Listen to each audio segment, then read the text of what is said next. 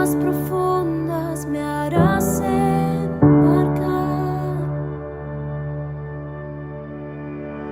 Tu voz me guía en la oscuridad.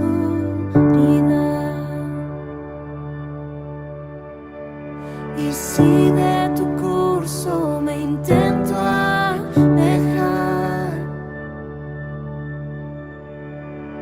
con un susurro endereza mi andar. Como el viento tú abrirás los cielos, cruzaré violento mar. Tu palabra. ¿Qué tal, hermanas? Buenos días. Les invito a que sigamos con esta segunda parte del tema que estamos viendo, la mujer cristiana ante la ideología de género. Antes vamos a orar para que Dios tome el control de mis palabras y de este tiempo. Bendito Padre Celestial, en esta tarde te pedimos que nos guíes, mi Señor, en tu conocimiento, que nos des discernimiento, mi Dios, y entendimiento sobre estos temas que pues pueden llegar a afectarnos si no los entendemos bien y si no entendemos, mi Señor, tu precioso plan. Señor, pongo en tus manos a todos los que me escuchan para que tú seas el que nos guíe, el que toque nuestros corazones y que todo lo que yo diga sean tus palabras y no las mías. A ti, Señor, te doy la gloria y la honra porque es importante, mi Señor, saber cuál es nuestra postura ante todo lo que el mundo nos ofrezca. Sabemos que te tenemos que exaltar, mi Señor, y siembra en cada uno de nosotros ese corazón y esa fortaleza, esa convicción, mi Señor, de estar siempre firmes, pase lo que pase a nuestro alrededor. A ti sea la gloria y la honra, Señor, por siempre. Amén. ¿Qué tal, estimados hermanos? Vamos a continuar con el tema que hemos estado analizando desde el martes pasado. El tema es la mujer cristiana ante la ideología de género, parte 2. Y aunque quisiera darles un breve resumen de lo que vimos la clase pasada, en verdad no nos alcanzaría el tiempo, es muy extenso. Y pues para refrescar tu memoria te invito a que escuches la primera parte y después regreses a esta. O si nos escuchas por primera vez, primero escucha la primera parte para que entiendas todo lo que vamos a hablar y después regreses aquí. En breve, pues en la primera parte vimos la definición de ideología de género, los fundamentos políticos y filosóficos con sus respectivos exponentes.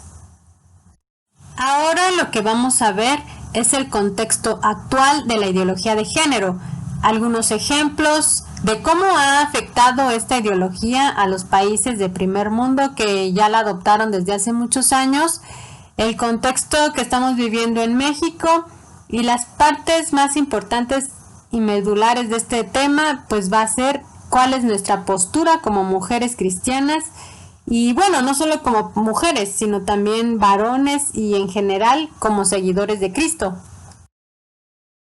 Las políticas de igualdad de género empezaron a ser promovidas por la ONU en 1979. En la famosa Conferencia Mundial de Nairobi, la ONU otorga reconocimiento mundial al feminismo en 1985. Al revisar los avances de los objetivos se dieron cuenta que Latinoamérica y México iban lentos. Aquí quiero abrir un paréntesis para que veamos por qué tanta preocupación en México. Y es que geográficamente México tiene una posición privilegiada, ya que tenemos riquezas en nuestra tierra, tenemos acceso a los dos grandes océanos, Atlántico y Pacífico. También tenemos colindancias con dos fronteras muy importantes, por el norte Estados Unidos y por el sur Guatemala y Belice. Económicamente y culturalmente somos el país de Centroamérica más influyente, al grado que somos tendencias para los países caribeños y latinos. También religiosamente se considera a México como un país todavía conservador, que cuenta con valores firmes y creencias arraigadas, a pesar de lo que digan los noticieros y medios de comunicación. Esa resistencia en la mentalidad del mexicano es la razón por la que la ONU se enfatiza mucho en generar estrategias orientadas a reforzar la agenda para el nuevo milenio. Imagínense, eso era desde 1985. En el 2010 se vuelve un momento crucial, ya que la ONU se encarga de generar estrategias que aceleren el progreso sobre la igualdad de género y el empoderamiento de la mujer, ya que según la ONU, la mujer es una pieza clave en su agenda de 17 objetivos para el desarrollo sustentable. En agosto del 2015 se vuelve a evaluar el resultado de los objetivos y no se ve mucho avance, por lo que la ONU empieza a presionar a los países para que integren los objetivos y darle velocidad al cumplimiento de la agenda. De toda la información que te voy a dar, te voy a dejar links para que tú corrobores por ti mismo que son fuentes fidedignas y que no es información que yo me estoy inventando. Esto es muy real y pues vamos a seguir. Los países europeos fueron los primeros en adoptar políticas de igualdad de género. Países como Francia, Inglaterra, Suiza, Holanda, Finlandia, Alemania, Dinamarca, Nueva Zelanda, Irlanda, Noruega y España, por citar algunos ejemplos de los pioneros en ideologías de género.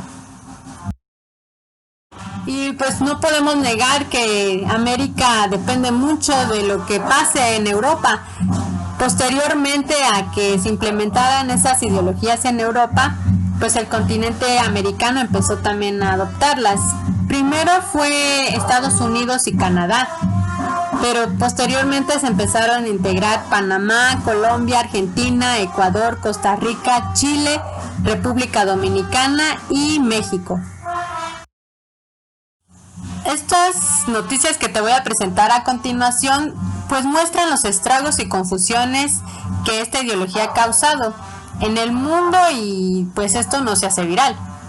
En Suecia, por ejemplo, un pastor pentecostal fue procesado por la ley y encarcelado en 2005 por predicar un sermón donde hablaba de varias perversiones sexuales que son condenadas en la Biblia, entre ellas la homosexualidad. Y su sermón fue denunciado ante la comunidad LGBT sueca y fue catalogado como un discurso de odio. Solo estuvo 1 año en la cárcel gracias a que consiguió un amparo ante los derechos humanos, pero aún sigue recibiendo ataques por parte de la comunidad LGBT. En Denver, Estados Unidos, en 2018, un pastelero llamado Phillips se negó a realizar un pastel para una boda gay, a lo que la pareja gay procedió denunciándolo ante la Comisión de Derechos Civiles por discriminación en base a su orientación sexual. Después de meses de procesos legales, la Corte respaldó a Phillips, considerando que Phillips sostuvo su derecho a la libertad de expresión y religiosa, y este había sido violado, argumentando que sus pasteles son una forma de arte y él puede decidir lo que vende. Según dijo, aunque rechazó diseñar un pastel para la pareja gay, él les ofreció otro tipo de productos de su tienda. No puedo crear pasteles personalizados que expresen mensajes o celebren eventos que entren en conflicto con mi fe, afirmó Phillips. Además, yo tampoco realizo pasteles para Halloween, divorcios o eventos que vayan contra mi fe cristiana. A pesar de haber ganado este proceso legal, varios activistas LGBT no dejan en paz el caso y buscan mayor apoyo del gobierno. Ahora, recordando la frase que vimos de Monique Wittig que decía "la mujer no existe", vemos que la sociedad ya abrazó ese concepto inconscientemente y las áreas donde debería ser un estandarte la mujer, ahora se ven hombres transgénero. Y no quiero que se tome como discriminación mi comentario, pero debemos tener el suficiente criterio para comprender la magnitud de lo que esta ideología está provocando y de cómo la mujer poco a poco va perdiendo su identidad en pos del progresismo. En España ya hay una Miss Universo transgénero que ganó el certamen en 2018. Los esquemas de belleza que eran propios de las mujeres ahora son impuestos por la ideología de género a través de hombres transgénero. Algo que también pasó en el certamen de 2019 fue que Miss Ucrania fue expulsada por haberse descubierto que estaba casada y que tenía un hijo, cosas que prohíben los certámenes de belleza. ¿Qué diferencia más a la mujer de un hombre que su propia capacidad biológica para engendrar vida humana? Algo que ningún hombre, por más autopercibido como mujer, va a poder experimentar en su vida. Y son cosas incongruentes que pasan hoy en día. También han existido competencias deportivas femeniles donde ahora los que ganan por obvias razones naturales y fisiológicas son los hombres transgénero. Y tal es el caso de Mark Biggs, que en 2017 en Estados Unidos, un luchador transgénero que como en su acta de nacimiento dice que es mujer, pero físicamente es hombre, pues compite en la liga femenil y lleva ganados varios torneos casi invicto, ya que hay mujeres que no quieren competir por sus obvias ventajas físicas. A pesar de tomar hormonas femeninas, pues él tiene esas ventajas físicas que la naturaleza le dio, pero las leyes de inclusión batean todo tipo de objeciones en contra de la lucha, de que participen transgéneros en luchas femeniles. Otro caso que se dio fue en Nueva Zelanda en 2017, donde un hombre transgénero llamado Hubbard, tras varios intentos fallidos por ganar en ligas varoniles de halterofilia, que es levantamiento de pesas, se vuelve transgénero y en las ligas femeniles logra su tan anhelado sueño de ganar y romper récords. Ahora en Reino Unido, en 2018, un hombre fue recluido por violaciones de mujeres y conductas obscenas con un menor. Pero después de que pasó un año de su condena, él decide autopercibirse como mujer y la ley lo apoyó, y haciendo su transferencia a un reclusorio de mujeres, siguió con su condena. ¿Cuál fue el resultado? Pues que en la cárcel de mujeres violó a varias reclusas y pues la ley no hizo nada más bien, y solo le llamaron la atención, pero pues eso realmente no está correcto. Para cerrar los ejemplos, porque existen muchos, pero pues si los enumeramos aquí no acabaríamos, vamos a hablar de un caso que también levantó muchas polémicas.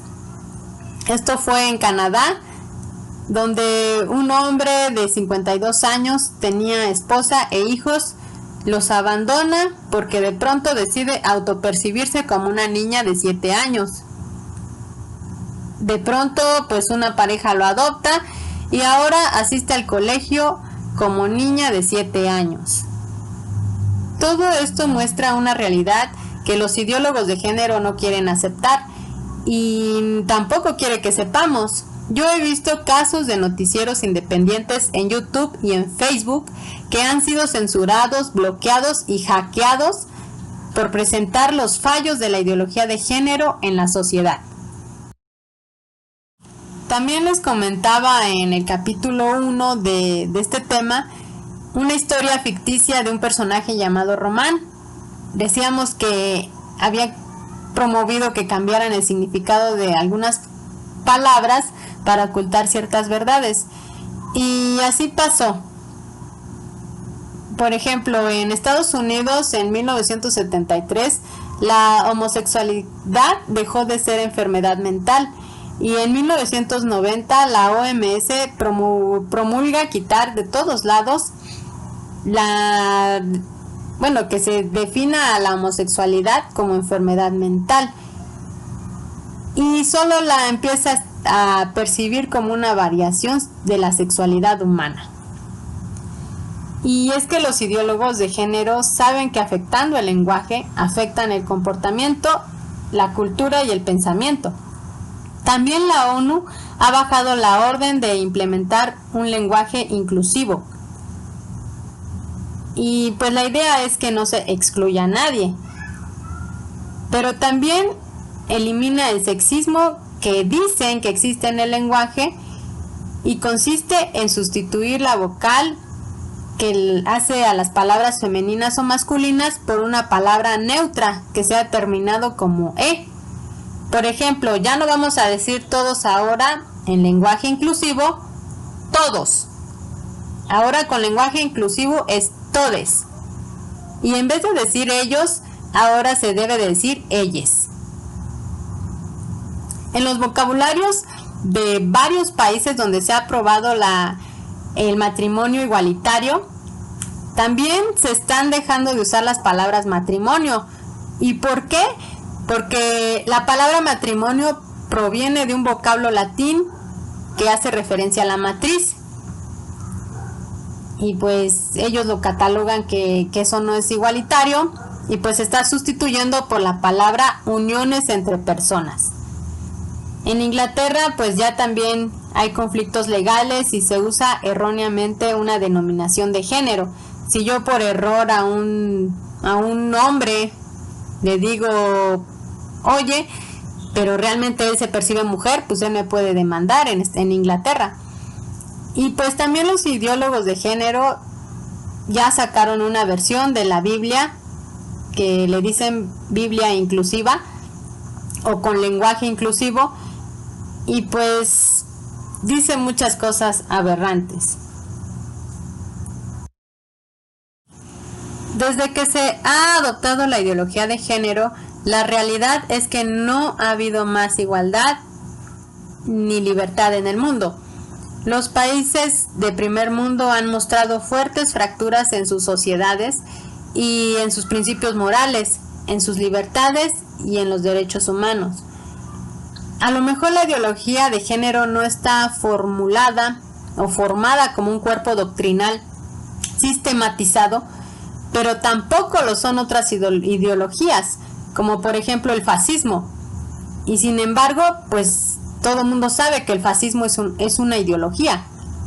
Yo siento que los que apoyan la ideología de género dicen que no existe para no ser rastreados de alguna forma, pero ya vimos que esto ya es una realidad y que en la mayoría de los países de Europa está afectando y pues ahora se está implementando en América Latina. También detrás de la ideología de género hay varias organizaciones internacionales que están bien institucionalizadas y están tras el impulso de la ideología de género. Organizaciones como la ONU, la OMS, varias ONGs como Amnistía Internacional, la Asociación Internacional de Lesbianas, Gays, Bisexuales, Transexuales, Intersexuales, ILGA y la FEM. Empresas como Microsoft, Facebook, Google, Apple, organismos gubernamentales de los países, por ejemplo en México la CNDH México, y pues esto es por citar algunos ejemplos, pero pues ya varios están diciéndose a favor de la ideología de género, al apoyo al feminismo, al LGTB, y pues al apoyarlos pues fomentan en su contenido, por ejemplo Disney fomenta en su contenido ideología de género. Ya que vimos el contexto que hay en Europa, pues ahora vamos a hablar de qué ha pasado en México respecto a la ideología de género. En 2016 se reconoció a las uniones de personas del mismo sexo en la Ley de Sociedad de Convivencia del Distrito Federal.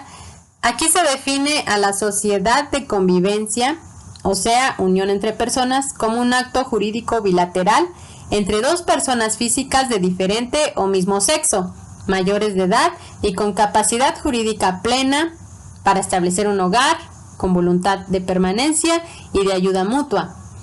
También en 2009, la Asamblea Legislativa del Distrito Federal aprobó un dictamen para reformar el Código Civil y el Código de Procedimientos Civiles, que permite el matrimonio igualitario en el artículo 146. Por ejemplo, la definición, el cambio que hicieron fue: el matrimonio es la unión libre entre dos personas. Antes de ese cambio, ese artículo decía: el matrimonio es la unión libre entre un hombre y una mujer. Entonces, ya quitaron hombre y mujer, ya pusieron personas, y dice: para realizar una comunidad de vida en donde ambos se procuran respeto, igualdad y ayuda mutua. También dentro de este capítulo, de este artículo, se reconocen todos los derechos conyugales para las parejas del mismo sexo. Eso implica que pueden adoptar. Varios se manifestaron y reaccionaron jurídicamente en contra de esas modificaciones a los códigos civiles, pero pues la Suprema Corte de Justicia intervino e invalidó todas esas resoluciones. Por ejemplo, en 2010 declaró constitucional el derecho a la adopción que establece la Ley de Sociedad Civil del Distrito Federal, y también le dio validez nacional. En 2015 declaró que ningún juez puede negarse a casar parejas del mismo sexo, y pues vemos que tanto la Suprema Corte de Justicia como la CNDH pues son los organismos que más apoyan la ideología de género, o de identidad de género, como le llaman.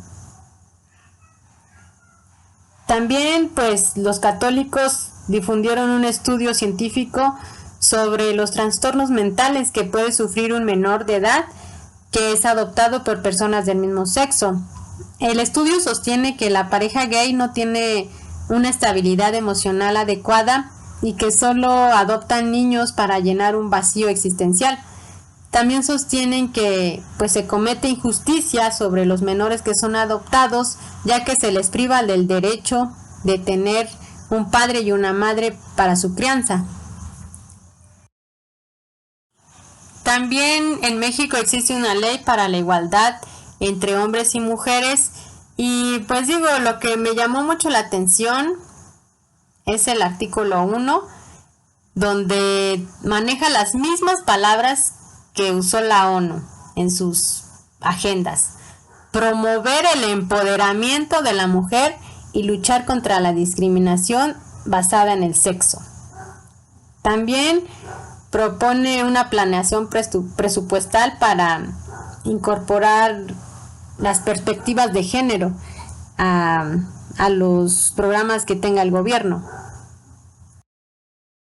Otro tema que en México ha levantado controversias últimamente es la propuesta de la reforma al artículo 3 de la Ley de Educación del Estado de Nuevo León, que propone el uso de una herramienta denominada PIN parental.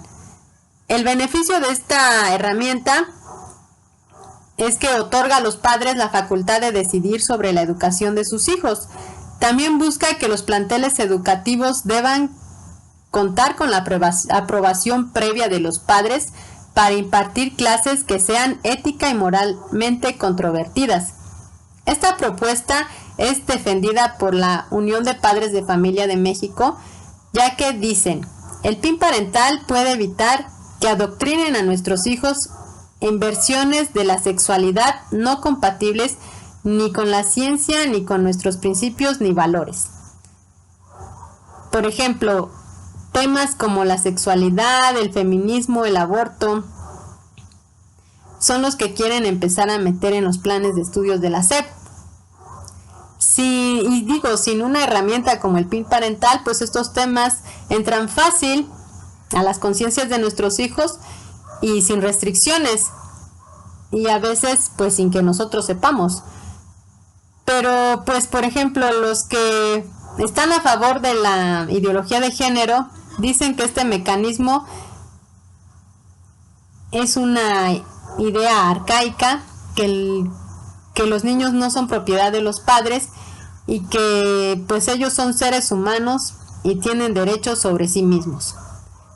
también dicen que es inconstitucional y que viola los derechos de la niñez. Pero ¿realmente se están violando los derechos de la niñez? El artículo 26 de la Declaración Universal de Derechos Humanos otorga la preferencia educativa a la familia por sobre el Estado. Esto es muy contrario a lo que defienden las comunidades feministas y LGTB, porque para ellos el adoctrinamiento ideológico en feminismo, en aborto y demás ideologías es parte del progreso y deben ser promovidas a todos según ellos.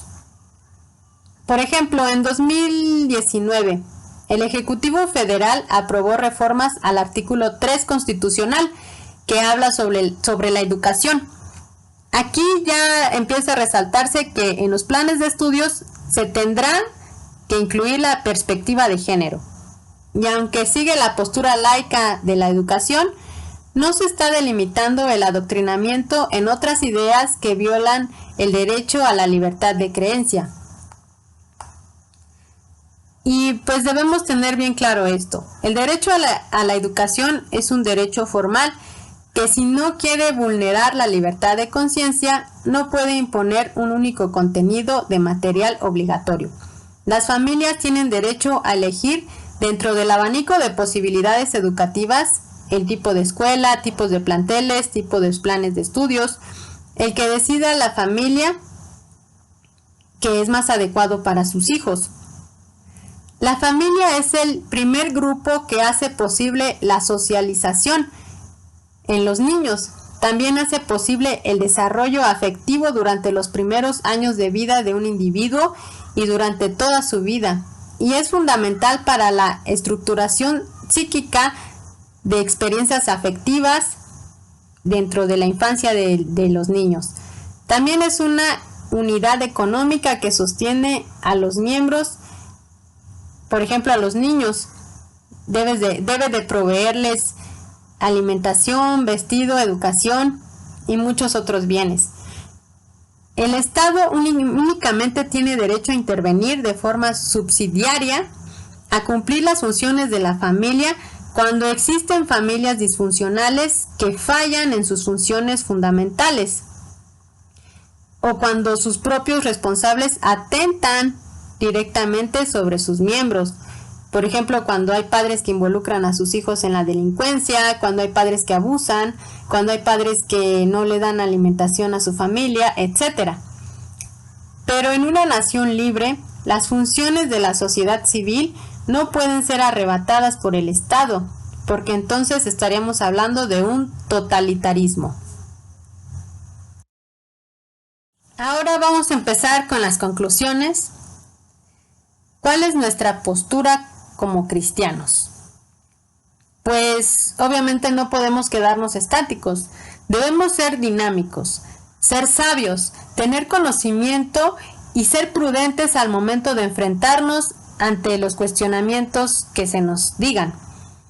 Además debemos de dominar la palabra de Dios, debemos involucrarnos y profundizar en el conocimiento de nuestros derechos civiles, humanos, estar informados sobre las propuestas que hacen nuestros legisladores, qué se aprueba, qué se rechaza, qué están viendo nuestros hijos en la escuela, en la casa, en internet, qué temarios están llevando en sus escuelas, quiénes las están impartiendo, si son personas ajenas a la institución o son maestros. También algo muy importante es que nos involucremos en la iglesia local, porque eso traerá unidad entre nosotros, fortaleza espiritual, sabios consejos, ayuda y un ambiente sano para el desarrollo de nuestros hijos. Porque déjame decirte, amado hermano, que hubo una generación allá en Jueces 2 que creció sin conocer de Dios. Vamos a buscar dicho versículo. Vámonos a Jueces 2, del 18 al 16, que dice: Pero murió Josué, hijo de Nun, siervo de Jehová, siendo de 110 años, y lo sepultaron en su heredad en Timnat Será. en el monte de Efraín, al norte del monte de Gaes. Y toda aquella generación también fue reunida a sus padres. Y se levantó después de ellos otra generación que no conocía a Jehová, ni la obra que él había hecho por Israel. Después los hijos de Israel hicieron lo malo ante los ojos de Jehová y sirvieron a los Baales. Dejaron a Jehová, el Dios de sus padres, que los había sacado de la tierra de Egipto, y se fueron tras otros dioses, dioses de los pueblos que estaban a su alrededor, a los cuales adoraron y provocaron a ira a Jehová. Y dejaron a Jehová y adoraron a Baal y a Astarot.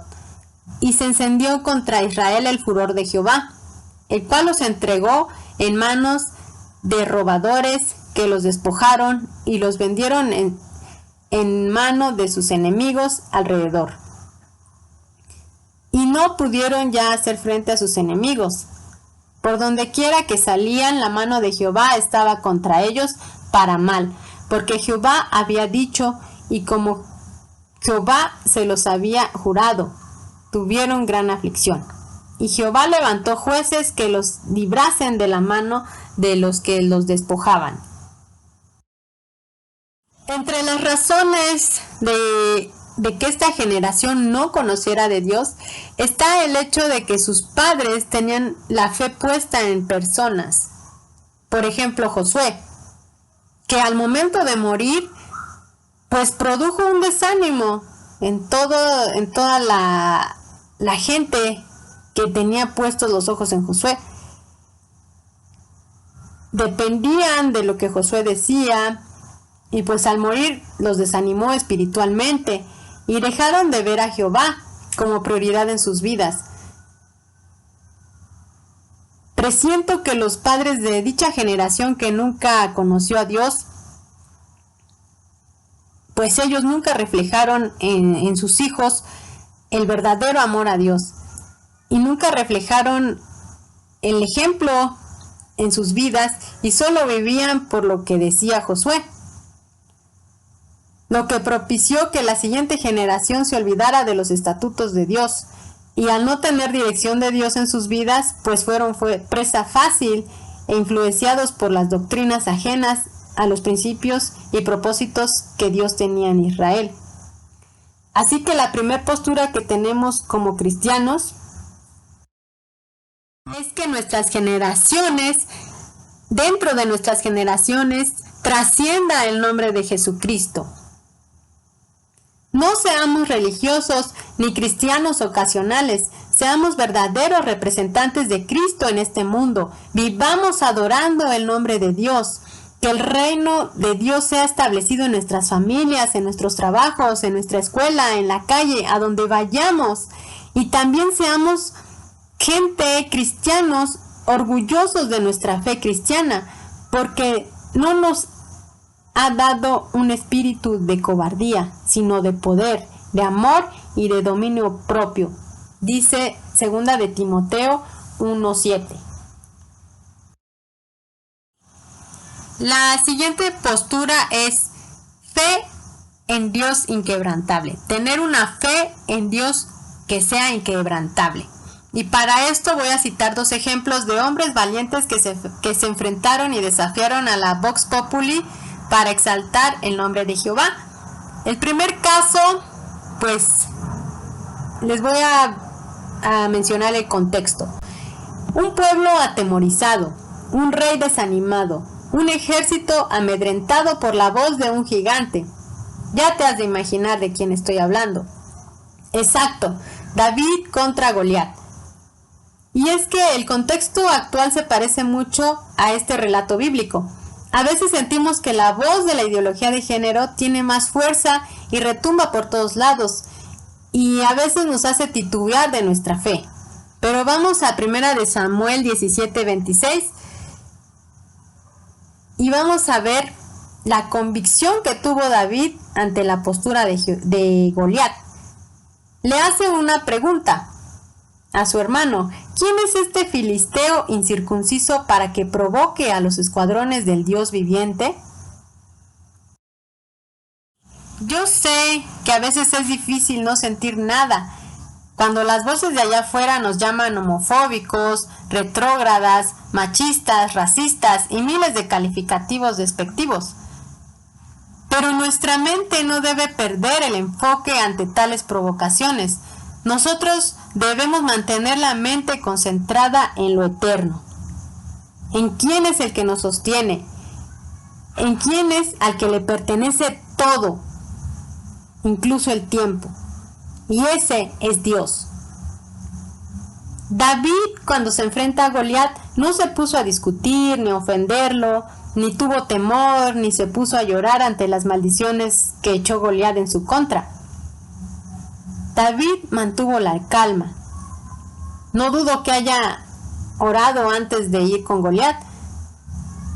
Y pues se ve que era un hombre de oración. No se tomó a personal todo lo que Goliat dijo. Dominó sus emociones y puso a Dios en primer lugar. Porque él conocía a Dios, él sabía de lo que era capaz Dios. Él tenía esa fuerte convicción, esa fe inquebrantable, esa confianza de cómo iba a respaldarle Dios en esa situación.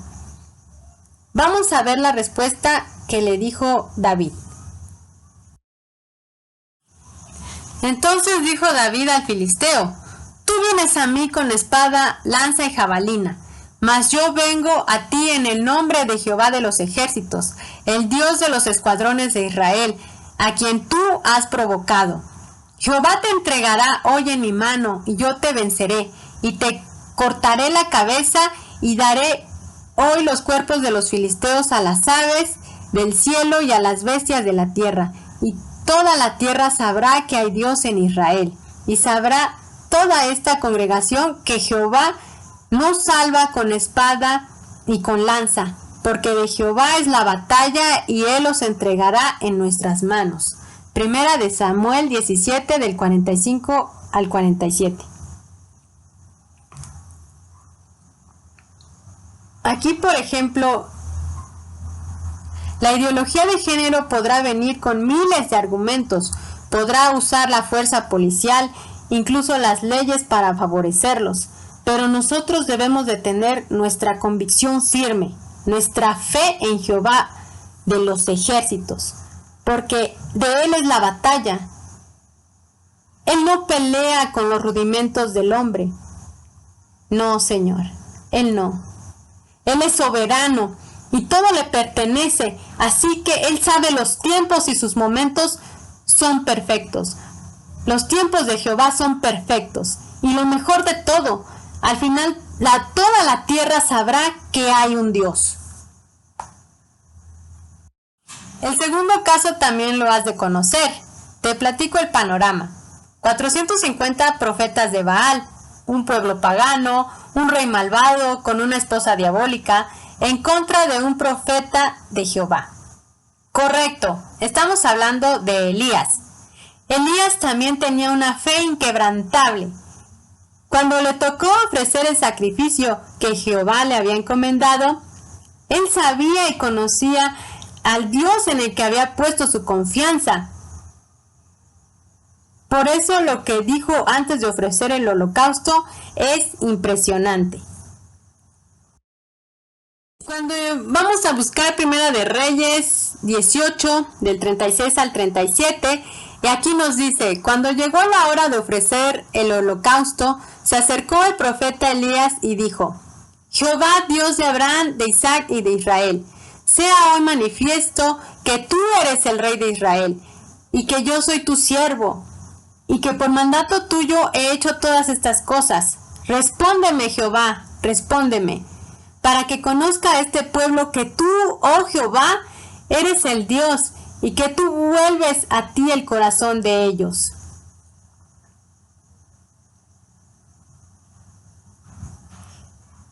Jehová se mostró impresionante en ese capítulo, en ese libro. De hecho, esta historia me gusta mucho.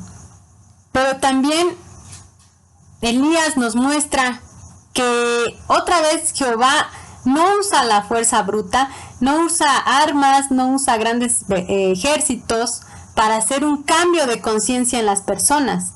Lo que impacta y trasciende es la presencia de Dios en nuestras vidas, de manera que después de que cayó el fuego del cielo y se consumió todo el holocausto, o sea, el fuego consumió las piedras, la leña, el agua, los charquitos que había, todo fue consumido por el fuego, por ese holocausto que ofreció Elías a Dios.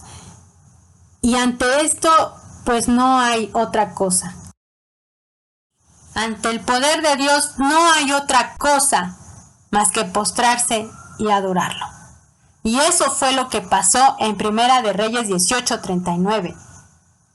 Viéndolo todo el pueblo se postraron y dijeron: Jehová es Dios, Jehová es el Dios.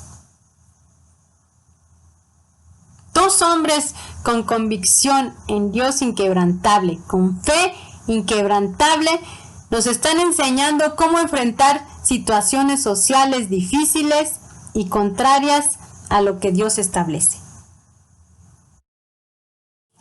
Nuestra última postura que vamos a ver se llama vidas ejemplares. Como seguidores de Cristo, nuestra vida debe ser congruente con la palabra que predicamos. Imagínense todo lo que lograron esos hombres ahora sí que relevantes en la Biblia, los que vimos, David, Elías, con solo conocer el Pentateuco. Ahora imagínense nosotros que tenemos el Evangelio completo, las cartas de los apóstoles, la manifestación de Cristo en el nuevo Evangelio, pues tenemos un gran privilegio en nuestras manos. Ahora bien, la familia es responsable de instruir a los hijos en valores, comportamiento con los demás, tradiciones, cultura, religión y todas las bases que le servirán al niño para cuando crezca y tenga que enfrentar la vida. No podemos dejar a terceras personas el peso de esta responsabilidad que como padres nos corresponde. Debemos evaluar todo lo que rodea a nuestros hijos para poder explicarles y desarrollar en ellos un discernimiento de lo bueno y lo malo. Pero antes, nosotros debemos conocer a fondo todo y tener buenos argumentos, porque no esperemos que con decirles a nuestros hijos, esto es malo, o esto es del diablo. Con eso no vamos a crear un criterio amplio para que ellos disciernan la situación. Debemos estudiar, debemos actualizarnos, debemos escudriñar la palabra y todo lo que se nos ponga enfrente debemos de confrontarlo con la Biblia. Porque en una era donde lo que sobra es información, no podemos conformarnos con lo que sabíamos hace años. Hoy en día los conocimientos avanzan a una velocidad increíble para informarnos y también para desinformarnos.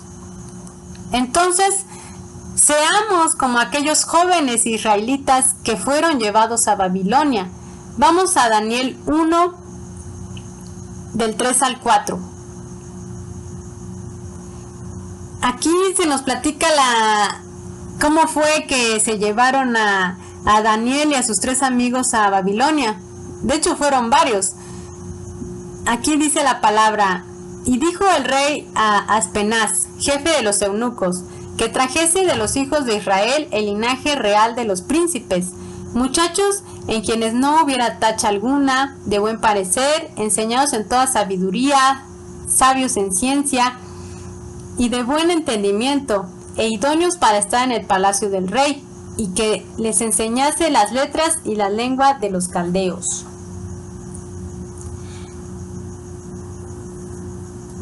O sea, aquí vemos que no eran cualquier muchachito. O sea, no eran de esos muchachitos que andan ahí jugando videojuegos. O sea, no tenemos que subestimar a Daniel y sus amigos en esta parte, porque eran adolescentes. Porque la misma palabra nos dice que fueron instruidos en valores, en ética, educados en modales, O sea, que eran personitas que sabían comportarse ante gente de cualquier nivel social. No tenían tacha alguna. O sea, que no tenían cartas de mala conducta en la escuela, ni antecedentes penales, o que los hayan agarrado por manejar en exceso de velocidad o tomando en la calle. Nada de eso tenían estos muchachos. También dice la palabra que de buen parecer, y pues muchos luego se van a decir, eran guapos. Pero esto va más allá de ser guapo. Ellos cuidaban su aspecto físico. No dudo que cuidaran su salud. También me imagino que tenían condición física, porque los psicólogos dicen que nuestra apariencia refleja mucho de lo que somos interiormente, de lo que tenemos en nuestra mente y en nuestro corazón. Entonces, pues ellos realmente reflejaban sus creencias en su apariencia. Y pues como dice una parte de la Biblia, ellos cuidaban el templo de Dios, cuidaban su cuerpo. También nos dice la palabra que estaban enseñados en toda sabiduría y en toda ciencia. Aquí entendemos que ellos no se conformaban con lo que veían en la escuela. Ellos iban más allá. A veces en la escuela nos dan cosas muy básicas, pero nosotros, si realmente queremos sobresalir, tenemos que profundizar y nosotros ser autodidactas en nuestro conocimiento. Debemos instruirnos en lo que podamos. Para eso no hay edad. También dice que tenían buen entendimiento. Y esto va muy de la mano con lo que dijimos hace ratito. Esto se refiere a que estos muchachos tenían un buen criterio, una visión crítica de ver las cosas. Y esto es consecuencia del estudio y de la lectura. Por favor, inculquemos a nuestros hijos el hábito de la lectura. Y también nosotros fomentémonos ese buen hábito. No hay edad, como les digo, para crecer en conocimientos. La lectura es algo importantísimo en nuestra vida. Y Dios lo sabe, por eso la Biblia es un libro. Y vamos a terminar con estas preguntas.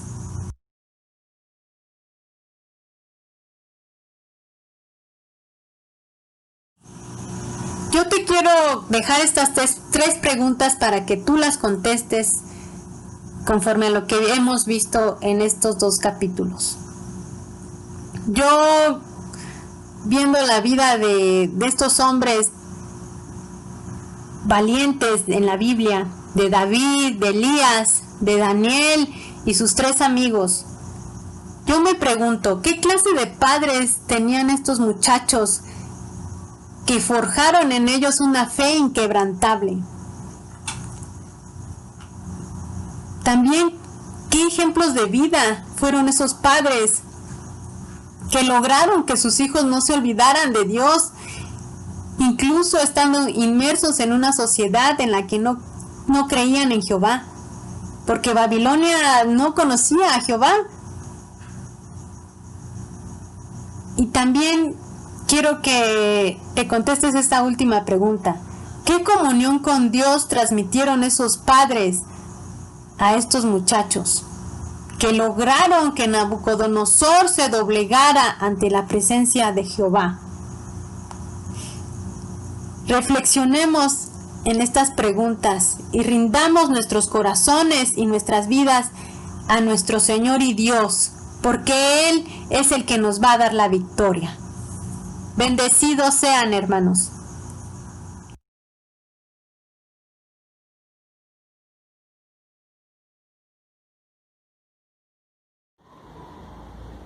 Bueno, hermanos, este fue el tema.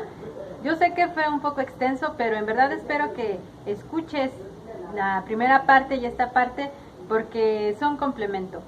Y pues, como decíamos al final, tenemos que confiar en Dios, tener esa plena convicción, esa fe inquebrantable para que no nos mueva nada. Así como las palabras de Goliat no afectaron en David y David no se lo tomó personal, así nosotros tenemos que ser. Así como Elías, que pues no utilizó ningún arma, ningún ejército, sino solamente su adoración y su confianza en Dios fue lo que le dio la victoria. Y esa victoria no solo la vio Elías, sino todos los que con él estaban. Entonces, mis hermanos, vamos a orar para cerrar estos dos temas y en verdad que sean de mucha bendición a tu vida estos dos temas y sigamos creciendo en conocimiento de la palabra, en conocimientos de todo lo que hay en este mundo y también en comunión con nuestro Dios, porque solo la santidad nos va a dar la victoria. Bendito Dios y Padre Celestial, te agradezco, mi Dios, por esta oportunidad que me diste de plantear estos temas, Señor. Yo sé, mi Dios, que pues son cosas que ahorita parece que tienen mucha fuerza, pero en ese tiempo cuando David se enfrentó a Goliat, también la voz de Goliat parecía que tenía mucho impacto, pero no fue así, Señor. Tu voz y tu poder, la confianza de David cambió toda la percepción de todo el pueblo que estaba viendo y de todo lo que estaba aconteciendo. Fue esa confianza en nuestro Dios lo que le dio la victoria a David y lo que nos va a dar la victoria a nosotros. Mi Dios, te pido, mi Dios, que toques la vida de todos los que nos escuchan, mi Señor, para que siembres en nosotros esa convicción, esa fe inquebrantable, esa vida ejemplar que es la santidad. Esa vida que nos va a dar ese testimonio delante de esta generación que parece que no conoce de ti, Señor, pero nuestras generaciones te bendecirán, Señor. Te exaltarán y serán de ejemplo como los muchachos que fueron a Babilonia, que fueron cautivos por Nabucodonosor y fueron de testimonio en esa nación, mi Señor, que no conocía de ti. Bendigo a nuestros jóvenes, a nuestras generaciones, a nuestros niños, Señor, para que ellos, mi Señor, sean esa generación, como la generación de Daniel, como la generación de David, mi Señor, como la generación de Elías, que sean esos hombres, mi Señor, fuertes que en la Biblia hicieron tantas maravillas y solo por confiar en ti, porque tú, mi Señor, no peleas con los rudimentos del hombre, mi Señor. Tú no usas armas, tú no usas ejércitos, tú no usas nada de esas cosas que el hombre quiere usar y que usa, mi Señor. Tú usas tu poder y tu poder sobrepasa todo entendimiento, todo poder que viene de lo alto, Señor, que viene de ti. Es lo único que nos puede hacer cambiar. Nos postramos ante ti, Señor, porque reconocemos tu poder, tu gloria, Señor, y que nada somos delante de ti, porque tú eres el Altísimo, el Poderoso, el Dios inquebrantable, mi Señor, y el Dios omnipotente que sostiene nuestras vidas. A ti sea la gloria, Señor, y la honra por siempre y sobre estos tiempos, mi Señor. Tu nombre sea exaltado. Amén. Tu brújula al norte me hará encontrar. Jesús, mi Señor.